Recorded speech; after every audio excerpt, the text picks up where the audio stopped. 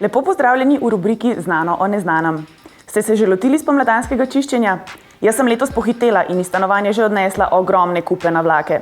Ta pa se ne nabira samo v naših stanovanjih, na ulici in v rekah, ampak ste vedeli, da je tudi v vesolju vse polno smeti? Najbrž si ob tem mislite, pa kaj, ne zanima me, kaj se dogaja v vesolju. Narobe! Smeti v vesolju, ki jih je vedno več, še kako vplivajo na naše življenja. Nekaj 100 km nad Zemljo jih je že toliko, da resno ogrožajo številne komunikacijske in druge satelite. Tudi mednarodno vesoljsko postajo, ki je prav zaradi navlake nad oblaki že dvakrat morala spremeniti svojo orbito.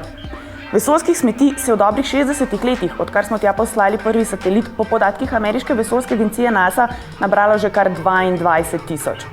In slej ko prej bomo morali počistiti, če bomo hoteli zagotoviti, da nam mobilci ne bodo utihnili, pa da nam najljubša spletna stran ne bo zamrznila prav v trenutku, ko jo bomo najbolj rabili. Kaj pa sploh so vesoljske smeti? Navadno so to odpadni deli raket ali satelitov. Nekateri so zelo mali. Po podatkih Evropske vesoljske agencije ESA jih je več kot 600.000 takšnih, ki imajo premer večji od telekroglice. Kar 16.000 pa jih je večjih od te. Naj se to zdi še tako malo, pa upravljavcem satelitov na Zemlji povzročajo veliko dela, saj morajo nenehno dežurati, da te, tudi najmanjše smeti pravočasno zaznajo in pot satelita toliko spremenijo, da se izognejo trku.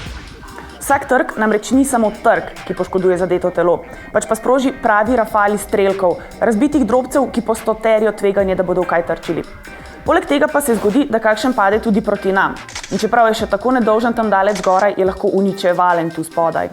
Pobuda za program čiščenja vesoljskih smeti, ki jo je sprožila Evropska unija, je tako več kot dobrodošla.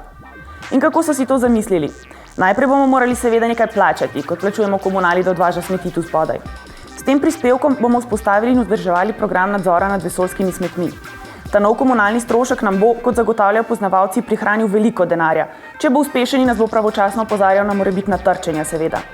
Do zdaj nas škoda zaradi trkov vesoljskih odpadkov z evropskimi sateliti oziroma zaradi tveganih preusmerjanj satelitov, ko jim grozi trk z odpadki, vsako leto stane 140 milijonov evrov.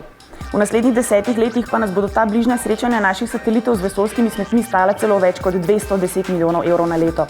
Boljši nadzor naj bi ta strošek zmanjšal s tem, da nas bo nanje pravočasno opozoril. Žal pa smeti ne bo pospravil.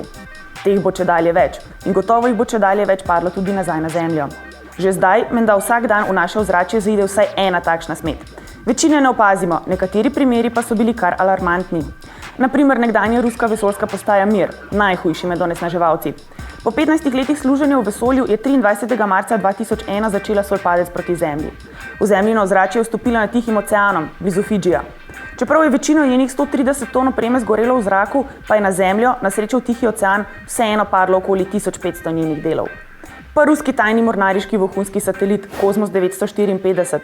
Njegove radarske antene so bile opremljene z jedrskimi reaktorji, zato je bila njegova vrnitev v Zemljino ozračje zelo tvegana. Še dobro, da je ob vrnitvi na Zemljo treščil na nenaseljeno arktično območje. S čedalje gostejšim prometom satelitov pa bo tudi odpadkov več.